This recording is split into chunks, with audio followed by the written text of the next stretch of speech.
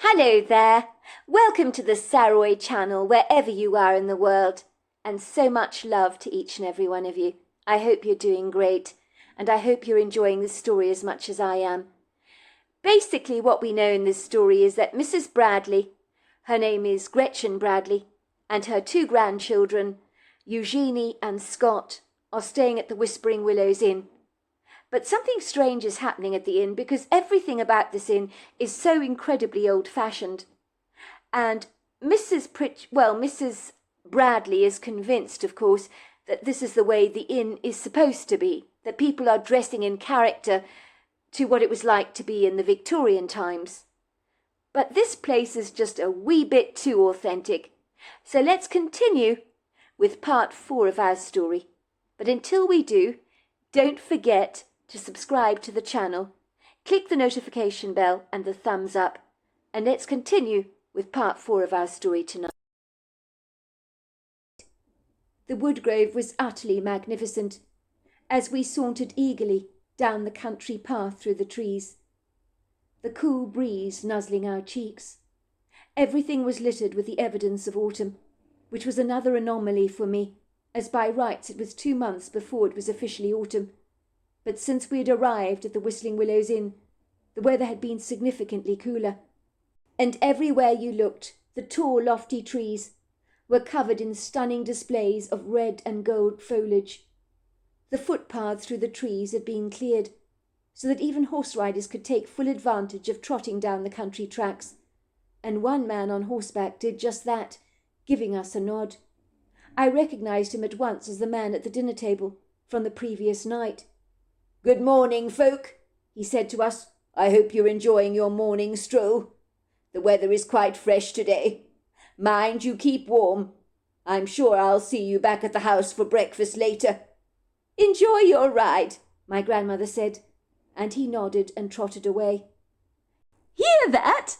said my grandmother excitedly, when we heard the familiar tinkle of a woman's laughter. "That's Miss Lewis." My grandmother hurriedly indicated for us to follow her as we moved towards the sounds. We piled behind each other, one by one, to hide rather cautiously behind a very substantial tree, with a significant-sized trunk. We could see Miss Lewis on the footpath. She was walking next to Mr. Pritchard, and her face was flushed bright pink. And suddenly they stopped walking, as Mr. Pritchard cleared his throat. "I just want to say, Miss Lewis, that I'm extremely thankful that you invited me for this lovely morning walk. It's a privilege to have a walk with you, and on such a beautiful morning as this. I'm very blessed to be in your good company. I'm a rather reticent man, Miss Lewis, as you probably realise. I'm afraid I don't exactly wear my heart on my sleeve. But I have been coming to this inn for an awfully long time, and it hasn't just been for the food or the lovely scenery, although that is, of course, very significant. But I've been coming here, Miss Lewis, because of you. I like you very much indeed, Miss Lewis, and I've surprised myself this morning by being so forthright and upfront with you. It is most unlike me to be like this." My grandmother, the perennial romantic, was looking elated as we listened to the conversation. She was putting her thumbs up. I could see she was over the moon to be hearing Mr. Pritchard, becoming so sincere in expressing his true feelings towards Miss Lewis. And even though I knew our eavesdropping was wrong, I was exceedingly pleased to hear Mr. Pritchard confessing the way he felt about Miss Lewis. It would seem their mutual appreciation over each other was long overdue. "Look, Miss Lewis, as we're being completely honest with each other, I might as well put all my cards on the table and show you my hand. I do understand that your father and mother are both deceased, and I'm very sorry about that. I wanted to ask your good father for your hand in marriage, but I was shocked to learn he was no longer around." "You wanted to ask my father for my hand in marriage, Mr. Pritchard? You do surprise me." "Yes, I did. So instead of speaking to your father since he wasn't around, I spoke to your uncle, your father's brother, Mr. Rowlings Lewis, whom I understand is your guardian. He's the one that owns the Whistling Willows Inn, and I understand you have helped him run this place for a long time. I spoke to him 2 years ago, if you must know, in regards to you. Yes, I admit it. I've liked you for a long time, Miss Lewis. I've never met anyone like your uncle before. What an eccentric gentleman he is. I asked him if I might have your hand in marriage, and he said I needed to ask you. But as far as he was concerned, as your guardian, he felt I would be a suitable suitor for you, and that your father, your late father, would have approved of me. So he was quite happy. I had no idea all this was going on behind my back, Mr. Pritchard. I don't know what to say. My uncle never mentioned any of this to me. Well, he wouldn't have done so, Miss Lewis. He said I was welcome to ask you any time I liked, and frankly I just couldn't find the opportunity to do it. Every time I've come here with that purpose, I've completely lost my nerve. I was worried that you might not feel the same way about me. But this invitation for a walk with you this morning has made me think that maybe you might like me, just a little bit perhaps. Oh, Mr. Pritchard, you are a funny man. You don't have a high opinion of yourself, do you? You don't even seem to be aware of your own desirability. You think my uncle's eccentric, but you are not unsimilar yourself. You're cut from the same cloth, I can tell. I like you, Mr. Pritchard. You're not like the other men I've met. But why you should like me, well, in truth, I don't understand this. From what I've gathered, there are women everywhere in town, throwing themselves at you. Everyone knows that you got very wealthy from all the gold you acquired, so you can have your pick of women. I wasn't interested in any of those women that threw themselves at me, said Mr. Pritchard. It was only you, Miss Lewis. When I laid eyes on you, I felt as if I'd been struck by lightning. Goodness gracious me, Mr. Pritchard, you're making me grow quite red. I don't know what to say.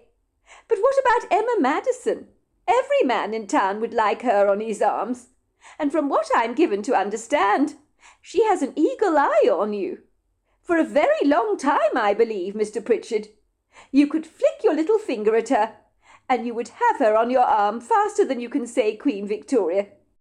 Let's just say, Mr. Pritchard, Emma Madison would be absolutely appalled if she thought your interest was in me and not in her.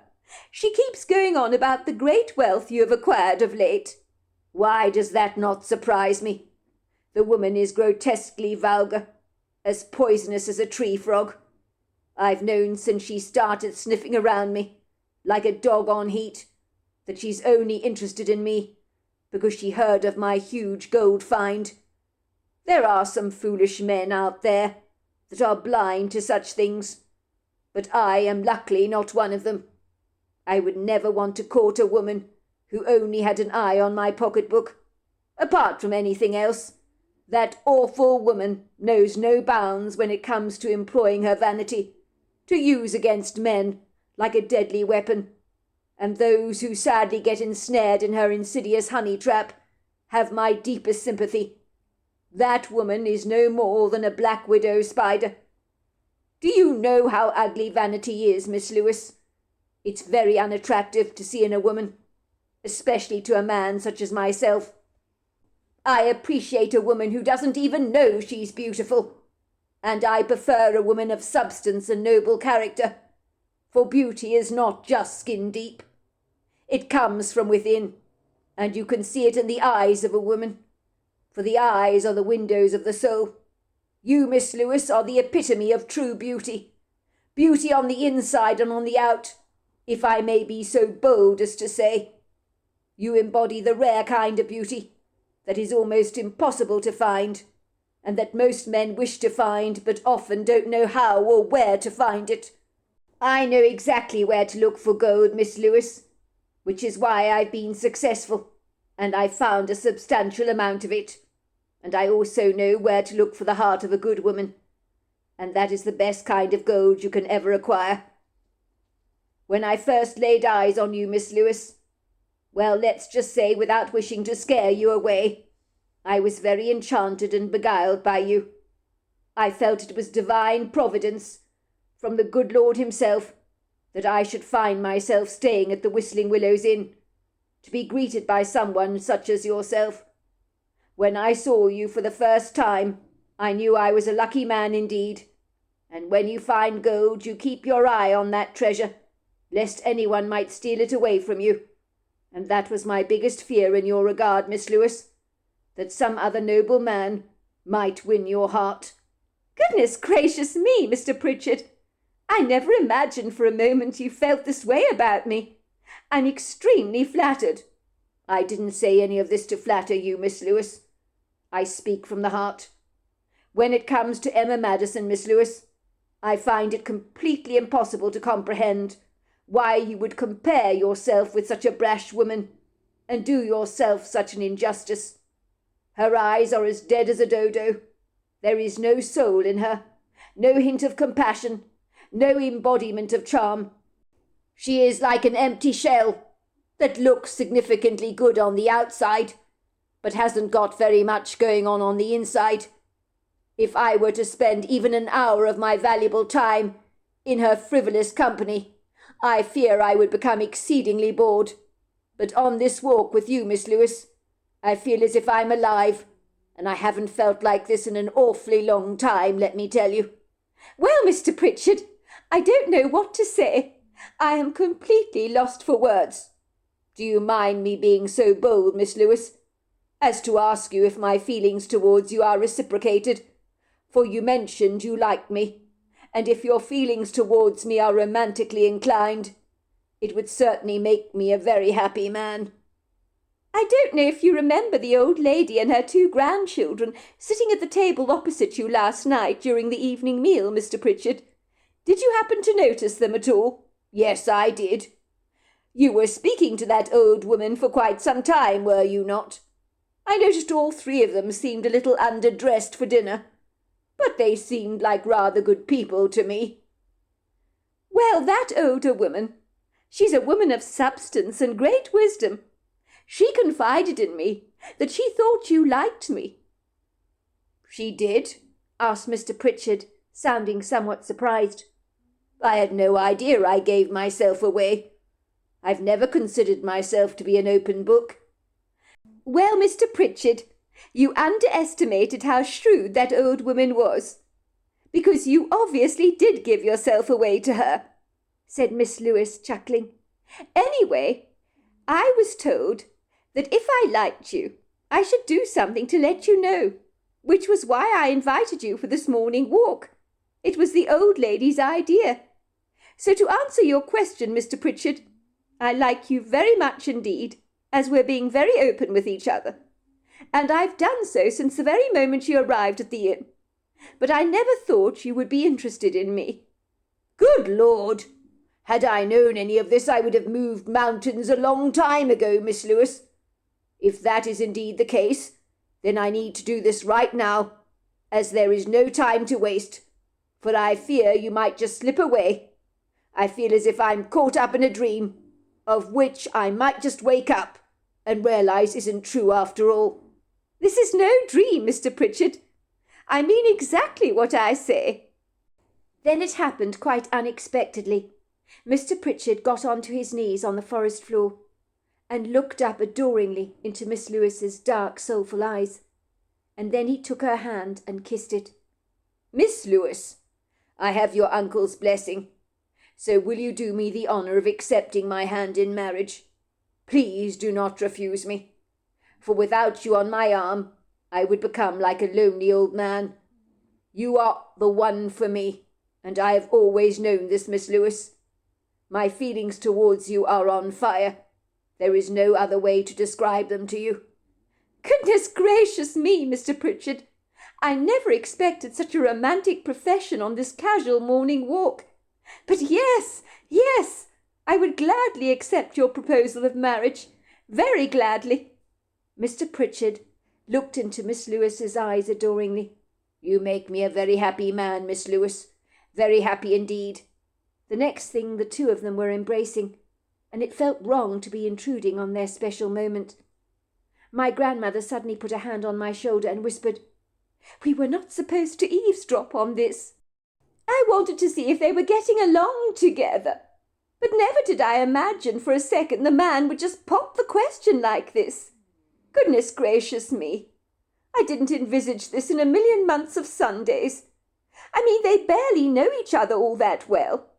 They might have seen each other for years, but they were very, very, distant from each other. And now Miss Lewis accepted Mr. Pritchard's marriage proposal just like that. She must really like him an awful lot. Of course, I'm extremely happy for her. But I am very surprised that this happened so fast. Mr. Pritchard didn't waste any time in asking her to marry him. Even I didn't just marry your grandfather until I got to know him a whole lot better. But by the looks of what I've seen here this morning, those two will be marching down the aisle in days, let alone weeks. I considered my grandmother's words carefully, and once we'd walked away from Miss Lewis and Mr. Pritchard, I told my grandmother exactly how weird I thought everything was about the Whistling Willows Inn and the people staying there. I kept trying to tell you, Granny, ever since we came to the Whistling Willows Inn. Everything seems so off. Everybody acts and behaves as if they're from another time. In the olden days, people would propose like this, without really knowing someone terribly well. Even in relationships today, people are carefree and more casual. People will often live with each other for months and even years before they decide to get married. Sometimes they even have children before they tie the knot. The way Mr. Pritchard proposed to Miss Lewis, it was so formal. It was like out of one of those movies, you see, those very old movies, don't you think?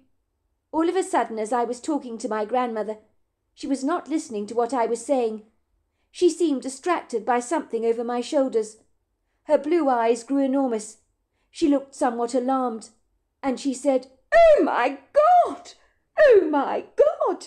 Then all of a sudden she collapsed and fainted, landing on the forest floor in a crumpled heap. For a moment I thought my grandmother was dead, and I began to decidedly panic. "Granny, are you all right?" I cried out in urgent dismay, dropping to the ground by her side to check her pulse. My sister Eugenie was crouching by my grandmother and tapping at my grandmother's cheeks furiously, slapping them quite hard. "Wake up, Granny!" she cried out in alarm. "Please wake up, Granny! Wake up!" My grandmother failed to respond, but I was relieved to see that she was breathing. So she wasn't dead, but something had rattled her cage so much so that she had passed out from the shock. I'd never known my grandmother to do that before, but I have heard of people fainting from shock. My sister was looking at me in surprise. "Why did Granny faint?" she asked me. "She looked so scared, don't you think?" In that moment I remembered that Granny had seemed affrighted by something she was looking at behind me. So in that moment my sister and I instinctively turned around to look at what it was that had scared my grandmother, half to death it would seem. And that was when I saw him. It was a big strapping male Bigfoot. He was standing by a tall lofty tree, looking at us through his dark, intelligent eyes. It was clear to us that he wasn't going anywhere. He stood there larger than life, imposing and majestic, while we stared at him in a state of complete bewilderment. I knew at once that this was the very same male Bigfoot that I had seen while we were in the rental car, looking for the whereabouts of the Whistling Willows Inn. And now I was seeing him up close and personal. I knew I'd never imagined him. He had spoken to me when I was in the car, asking me what I was doing here, and now we were crossing paths again. But I had a profound sense that our meeting was not random, by any manner of means, that it had been purposely orchestrated by the Bigfoot himself, as if our rendezvous in the woods was not just a chance encounter. My grandmother was still out for the count, it would seem, but we were paying no attention to her. Instead, we focused on this huge, lofty creature standing before us, who had perforated our reality like the most unlikely surprise that we had never seen coming.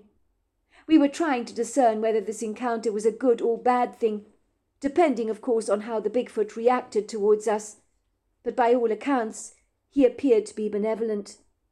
Despite the creature's lack of antagonism towards us, Eugenie looked terrified by him, Her eyes were as wide as saucers.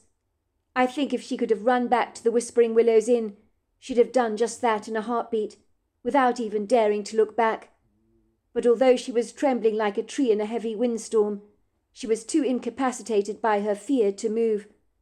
I was not afraid per se, but more intrigued and fascinated by this Herculean-sized creature, and I guess my anxiety was somewhat diluted, for the Bigfoot had previously spoken to me, so I knew he was highly intelligent, but seeing him face to face like this was more than a little intimidating.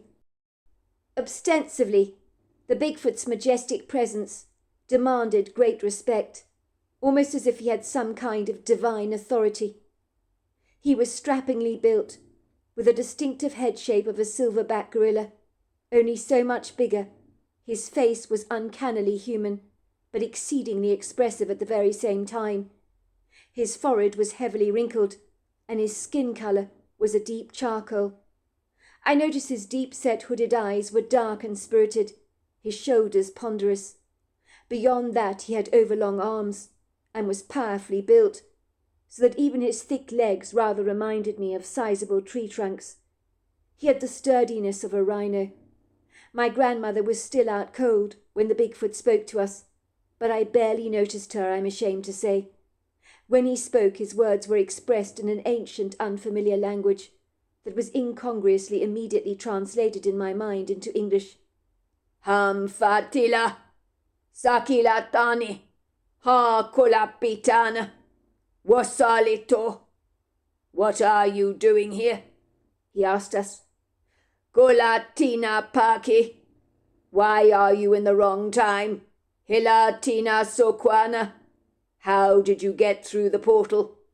Hantila sikani. I was watching over it. Kani kalona ba. Hasikwan. I never saw you getting into the portal, for had I done so, I would have scared you away. You don't belong here. Sorry, I said. I don't understand what you're talking about. Hantilakikwa, Sashikansi. You're not from this time, the Bigfoot explained. Halitolakisa, ham fansinaquina, likasinto. How did you get through the portal?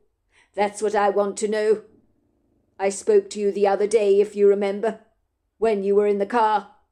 I asked you what you were doing here.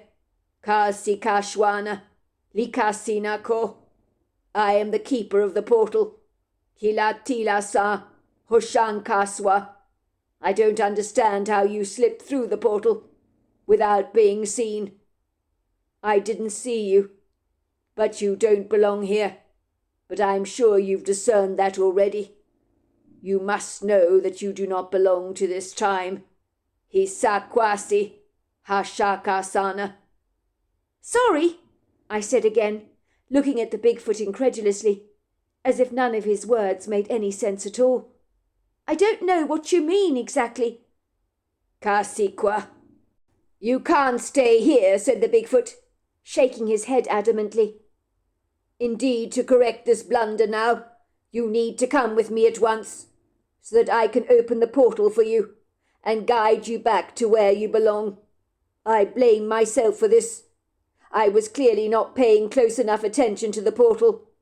I've been watching the portal for years, and no one has ever slipped through it without my say-so. The Bigfoot began to examine my grandmother, and bent down on his haunches, as she still had not woken up from her fainting spell. All of a sudden my grandmother was beginning to stir, but when she observed the Bigfoot standing over her, she nearly passed out all over again. The Bigfoot spoke to my grandmother in a gentle, reassuring, rather soothing tone of voice. Kantikwasi, ma'am, I'm not going to hurt you.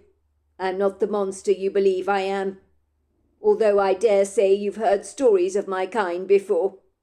Like you, there are some of my kind who are not good, and others that are, for there is good and evil in this world in everything, and I am on the side of the light. You have nothing to fear in my company. I am the keeper of the portal in these woods. You are caught up in the wrong time. I need to take you through the portal to correct this mistake, or you will be lost here indefinitely. For some of your kind have been lost to their worlds through mistakes such as this, never to be seen again. I wouldn't be doing my job correctly if I didn't rectify this. All will be well, I assure you, if you follow me." My grandmother got to her feet, shaking rather awkwardly, and the first thing she said, as she wiped her eyes, is, "Am I dreaming? Because if I am, please wake me up. Are you really real?" she asked the Bigfoot. "Or am I hallucinating? I'm sure I'm hallucinating. Have I bumped my head or something?" "Ma'am, kuntola kiswana, lisan tolo. You're not dreaming," the Bigfoot told my grandmother. "I know your kind do not know much about my people, but we watch over the portals in this world, and we travel between different realities and dimensions. My name is Solitaire. I'm the keeper of this portal. You are caught up in the wrong time. I need to take you through the portal back to your correct time. You don't want to be stuck here. Believe me, you don't." "Sorry, what are you talking about exactly?" said my grandmother. "I don't understand. I feel rather confused." "Are you really real?" she asked the Bigfoot again. "This is not a dream, is it? I'm sure it must be a dream." The male Bigfoot was very patient with my grandmother, and at this point in time my sister Eugenie, who at first had been so affrighted by the Bigfoot, had now become quite intrigued, and she said to my grandmother, "Granny, this isn't a dream, I promise you. Look, I'm real, and so is Scott. And this is Solitaire. He's a Bigfoot. He's trying to help us, Granny. He says we're stuck in the wrong time. We need to go with him. I think he knows what he's talking about, Granny.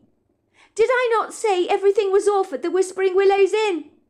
I think we've genuinely been stuck in the 1800s. I think Solitaire knows how to take us back to our time." "But are you sure about this?" asked my grandmother. "This is all beyond me. How could this even happen to us?" The Bigfoot nodded. "You are caught up in the wrong time, ma'am. There is no time for us to lose. I need to get you back to your time at once. If I don't, I will not rest with myself comfortably." I remember we all followed the Bigfoot in an extreme sense of amusement, wondering what this all could possibly mean. But we knew the Bigfoot knew what he was talking about, and we knew instinctively that we could trust him. There was something so regal about him that made us look up to him like you would a commander in the army, who has the authority and the know-how of how to evacuate you from a dangerous war zone and bring you back to safety, alive and well. I think as the Bigfoot had mentioned, we were in the wrong time. The puzzle pieces were beginning to fit. Everything at the Whispering Willows Inn had been off, with the people wearing Victorian dress and their idiosyncratic old-fashioned behaviours that had left me wondering why people talked in such a way, including the way Mr. Pritchard had got down on his knees in the woodgrove to propose to Miss Lewis. Then there was, of course, the strange toilets and the lack of plumbing and electricity, along with the peculiar way the male servants had looked at my grandmother's rental car, as if it was a UFO that had landed from outer space. I think I realised now that we had slipped through a portal and gone back in time, and the Bigfoot was taking us back through the portal to our current time. As we walked through the grove, the Bigfoot beckoned for us to stop, and so we did so obediently.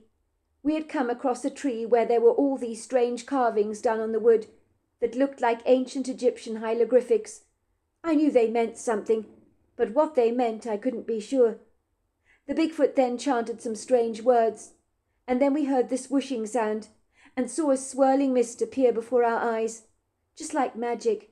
The mist was so dense and foggy we couldn't see anything through it, and then it suddenly dissolved, and there we saw a path ahead of us, covered in a gold-gleaming light, and there were rainbows of colour glistening around the path, like the circles you see in a tree trunk, once it's been cut, of course. It felt as if we were walking through an arched tunnel of swirling light that moved around us in rainbow colours. Then finally, as we walked down the path, we came to the original road we had been on when we were looking for the Whistling Willows Inn. Solitaire led us back to our car. "Kilati kwasana, shaki sono. I've taken you back. to the time you were on this road looking for the inn," he informed us. He pointed to a road leading off the original road we were on. "Katilakwasa. That is the road that leads to the inn in your time. Kilasikwana. I need to go. Kansakwishana. I wish you well." And with that Solitaire walked away and vanished from our sight, before we even had a chance to thank him for helping us. What on earth is all of this about? All the stuff about time and portals, and then we meet a Bigfoot. I just can't make any sense of this. I feel as if my head is in an absolute spin. My grandmother sashayed over to the trunk of our rental car, and that was when I realised to my astonishment we were wearing the same clothes we had been wearing the day before, when we were looking for the inn. How could our clothes mysteriously have changed like this? My grandmother opened the trunk, and she stared at our suitcases in disbelief. Our suitcases are all here. We then just climbed into the rental car and proceeded down the road, towards the wrought iron gates of the Whistling Willows Inn. There was no one at the gate, ready to open it for us. Instead, there was a modernised intercom system, so my grandmother pressed the button, and the voice on the other side said, "Hello, is that you, Mrs. Bradley?" "That's right, it's Mrs. Bradley," said my grandmother. "I'm here at the inn with my 2 grandchildren. You're right on time, Mrs. Bradley.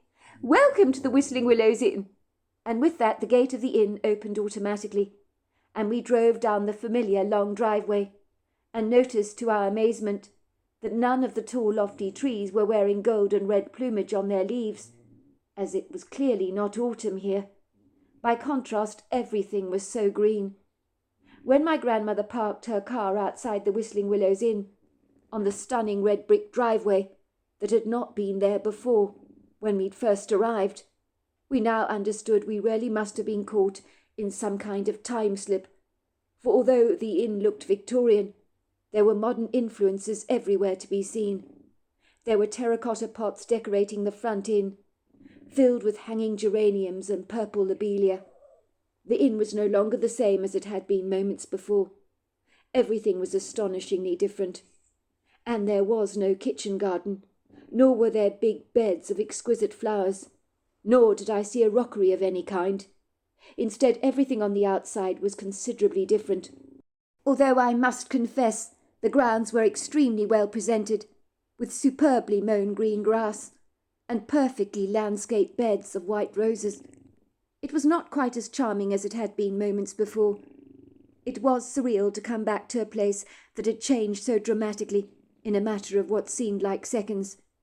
The inn door flew wide open, and a woman wearing a pair of white cotton pants and a blue top, with red beads around her neck, came dashing towards us.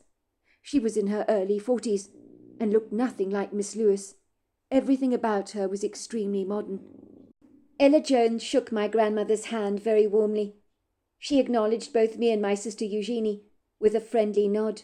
"Welcome, Mrs. Bradley, to the Whistling Willows Inn. And welcome, I believe it is, Eugenie and Scott. We hope you all have a great time here. Just so you know, I manage the affairs of the inn for Mr. Menenges, who owns the place. I oversee the needs of all our guests that stay here. So if you need anything at all, you only have to ask. You probably know that during the gold rush years, this was a thriving inn for a very elite, posh clientele, I have to say. The inn was originally owned by the Lewis family. The place was run by a young woman at the time called Charlotte Lewis. Charlotte Lewis was the caretaker of the inn. She took charge of the place on behalf of her uncle Rollings Lewis, and she later inherited the inn from him. Miss Charlotte Lewis married a very wealthy man who made an absolute fortune from the gold rush. His name was Mr. Pritchard, I believe it was. Charlotte Lewis could have had anything in the world she wanted, because through marriage she had acquired an enormous amount of wealth. But the inn was a passion for her, so she and her husband, Mr. Pritchard, happily ran the place together for many long years. They had 3 boys, I believe it was. The inn remained in the Pritchard family for many years, and my boss, Patrick Menenges, purchased the place from a man called Leonard Pritchard. The place was restored to its former glory, as you can see, with much blood, sweat and tears, I hasten to say. Many people thought the old inn just was not worth saving. But Patrick Menenges overcame all obstacles and refused to listen to all the naysayers. And now here the inn is today, and it is a devotion of love, it surely is. I hope this inn, this old inn, will give you a feel of Victorian life, just like it was in the days of the gold rush in the 1800s. We've tried our best to keep the integrity of the inn. But of course we have modern conveniences like television and Wi-Fi and stuff like that. We also have wonderful activities for you to enjoy doing here with your grandchildren, Mrs. Bradley. And believe it or not, we have a trampoline on the grounds that is very popular with children, and I'm sure your grandchildren will be no exception on this. You have a trampoline on the grounds? Asked Eugenie, her eyes twinkling happily. You didn't have a trampoline in the 1800s, did you? They didn't even know what a trampoline was back then. I suppose they didn't, Ella Jones admitted. There are many activities you can enjoy during your stay here, as I was saying, from horse riding to fishing, and the list goes on. I know all about that, my grandmother said. Mrs. Kitman brought her grandchildren to stay here. They had a wonderful time on that trampoline of yours. Oh, yes, I do remember Mrs. Kitman. A delightful woman, and so were her grandchildren. They thoroughly enjoyed their stay with us. Do you have any ghosts haunting the inn? Mrs. Jones, my sister, inquired. What a strange thing for you to ask, said Ella Jones. There was paranormal activity here, according to my boss, Patrick Menenges, when the builders were renovating this site. One claimed, well, one of the workmen, that is, to have seen the ghost of Charlotte Lewis herself. You'll see a picture of her and her husband, Mr. Pritchard, in the entrance hall. But beyond that, no, there's been no sightings of ghosts here. Why? Are you interested in ghosts or something? Well, not really, but I don't mind if Mrs. Lewis haunts the inn. I'm not scared of her. I would be scared of other ghosts. But Miss Lewis, well, she's so nice, said my sister. I'm so very glad she chose to marry Mr. Pritchard, because he liked her for an awfully long time, you know. Well, I had no idea you knew so much about the history of the house, said Ella Jones, looking somewhat taken aback. Well, we read a magazine article about the history of the place, said my grandmother politely. It really does look magnificent. Your boss, Patrick Menenges, did an outstanding job. I noticed my grandmother's voice lacked enthusiasm, because we knew perfectly well that as lovely as the Whistling Willows Inn was, there was no doubt, of course, that Mr. Menenges had excelled himself in bringing the old inn back to life, but it certainly didn't look as fabulous as it had done so in the 1800s. It was in that quintessential moment I realized how extraordinary it was that we had lived a day in the life of another time, not fully realizing it until now. I was already missing Miss Lewis and the rather unusual clientele, but I realized from what Mrs. Jones had told us that Miss Lewis had gone on to marry Mr. Pritchard, and the Whistling Willows Inn had remained in the family line for a long time. While it was an enjoyable experience staying at the Whistling Willows Inn for the next few days and jumping on that trampoline, I really did miss our time in the 1800s, and I will never forget the Bigfoot, Solitaire, who brought us through that portal. And even today, I will say to my sister Eugenie, "Did that actually happen?" And she is always quick to remind me that yes, it did. So there you are. That's my story. Wow, what an incredible story. Until next time, goodbye and good night.